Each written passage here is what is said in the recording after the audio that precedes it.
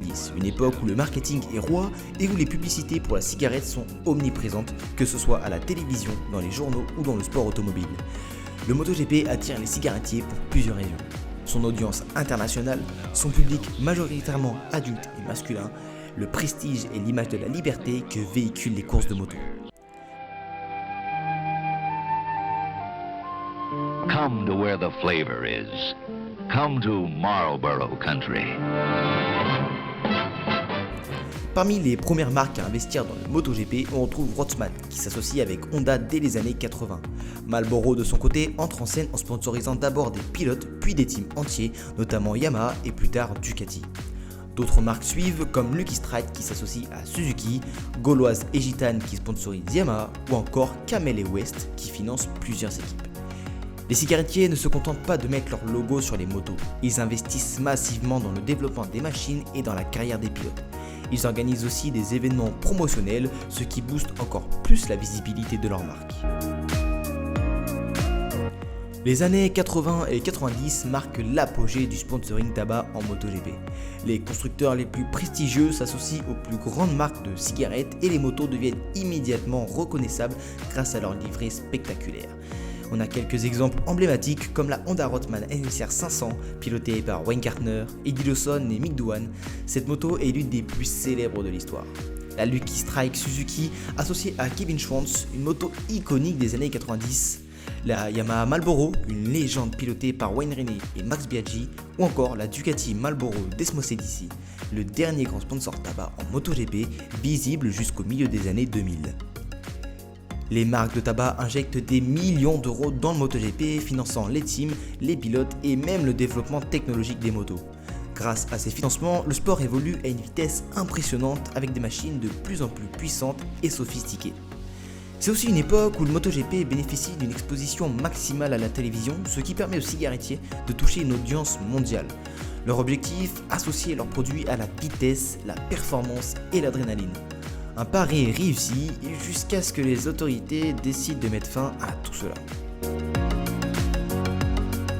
À partir de la fin des années 90, les gouvernements du monde entier adoptent des lois de plus en plus strictes contre la publicité pour le tabac. En 1997, l'Union européenne adopte une directive interdisant progressivement la publicité pour le tabac dans le sport. En 2001, la loi devient plus stricte, interdisant toute forme de sponsoring dans de nombreux pays européens.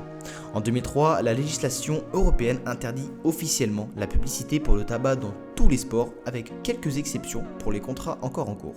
En 2006, l'interdiction devient totale à l'échelle mondiale dans la plupart des compétitions internationales, y compris le MotoGP. L'impact de cette interdiction est immédiat, de nombreuses équipes perdent leurs sponsors principaux et doivent chercher de nouveaux financements. Les équipes satellites qui dépendent souvent de sponsors privés sont les plus touchées, contrairement aux team usines comme Honda et Yamaha qui bénéficient de soutien direct des constructeurs. Les écuries indépendantes comme Tech 3 par exemple peinent à trouver des remplaçants aux cigarettiers. Par exemple, Tech 3 dirigé par Hervé Poncharal avait réussi à obtenir le soutien de Chesterfield pour soutenir ses pilotes. Mais après l'interdiction du tabac, l'équipe a connu de grandes difficultés à boucler son budget, risquant même de disparaître.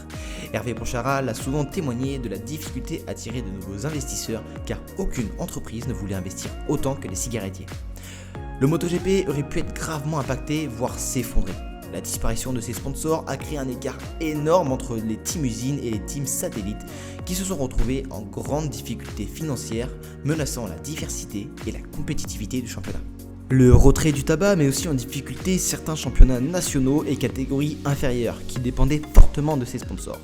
Les coûts de participation au Grand Prix augmentent et seuls les teams les plus riches parviennent à survivre. Mais certaines marques de tabac ne comptaient pas disparaître du MotoGP si facilement.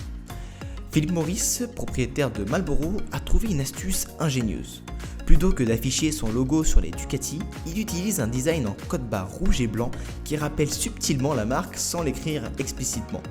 Ce subterfuge fonctionne pendant plusieurs années jusqu'à ce que les autorités l'interdisent en 2010. Plus récemment, Philip Morris, encore une fois, a lancé un programme appelé Mission We Know, censé promouvoir l'innovation et la science. Officiellement, il ne s'agit pas d'un sponsor de tabac, mais le design et les couleurs rappellent étrangement Marlboro. Une technique qui permet à Philip Morris de rester invisible sans enfreindre directement la loi. D'autres marques ont tenté des stratégies similaires, comme les couleurs jaunes de camel sur Yamaha, mais avec le temps, ces techniques ont été de plus en plus surveillées et interdites.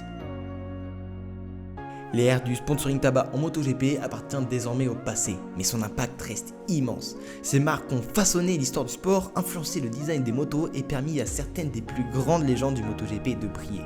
Et vous, quelle moto sponsorisée par une marque de cigarettes vous a le plus marqué? Dites-le moi en commentaire. Et n'oubliez pas de liker, de vous abonner et d'activer la cloche de notification pour plus de contenu MotoGP. Et à bientôt sur la piste. Ciao.